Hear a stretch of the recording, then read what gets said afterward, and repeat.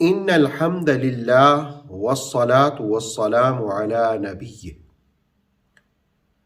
خیر امت جب اپنا فریضہ سر انجام دیں گے تو اللہ رب العالمین انہیں برکتوں سے، رحمتوں سے نوازے گا.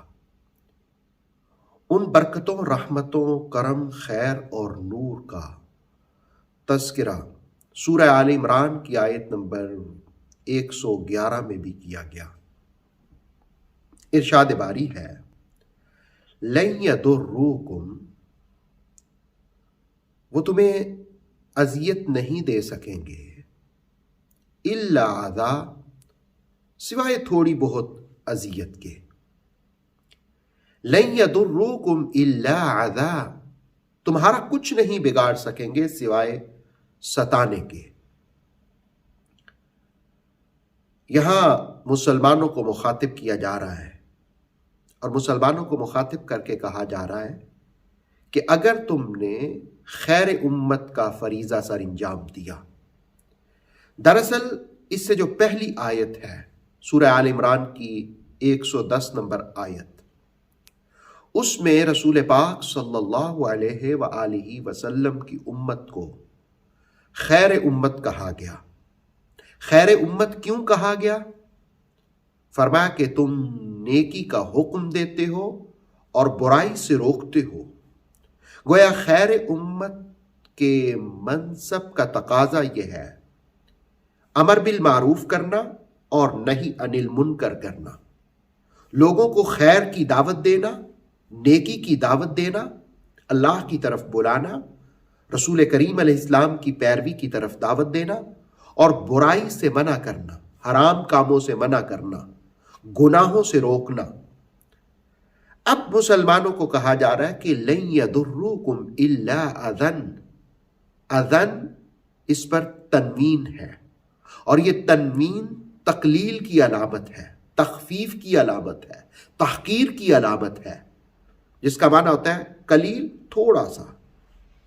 یعنی وہ تمہیں اذیت نہیں پہنچا سکیں گے سوائے تھوڑی سی اذیت کے.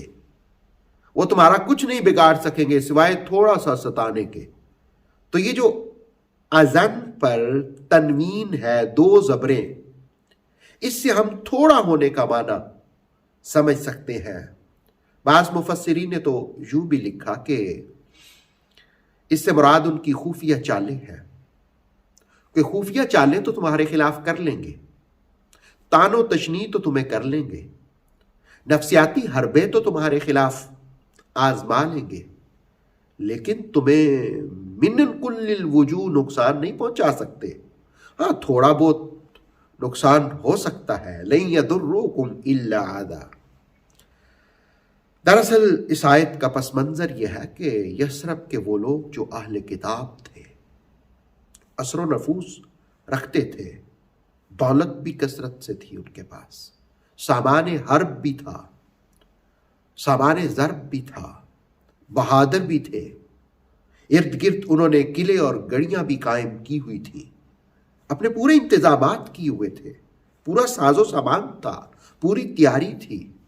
لیکن اس کے باوجود بھی اللہ رب العالمین نے کہا کہ مسلمانوں اگر تمہارے مقابلے میں آئیں گے لن یضروکم الا اذا، تمہارا کچھ نہیں بگاڑ سکیں گے سوائے تھوڑا سا ستانے کے، تھوڑی بہت اذیت کے سوا تمہیں ضرر نہیں پہنچا سکیں گے. لیکن کب؟ جب تک تم خیر امت کے فریضے کو سر انجام دیتے رہو گے، تم نیکی کا حکم دیتے رہو گے، برائی سے منع کرتے رہو گے.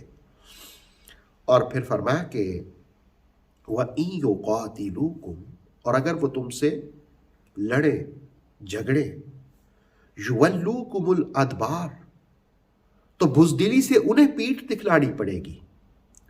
وَإِن يُقَاتِلُوكُمْ يُوَلُّوكُمُ الْأَدْبَارَ، اور اگر وہ تم سے لڑے پھیر دیں گے اپنی پیٹھیں تمہاری طرف. پھر کیا ہوگا؟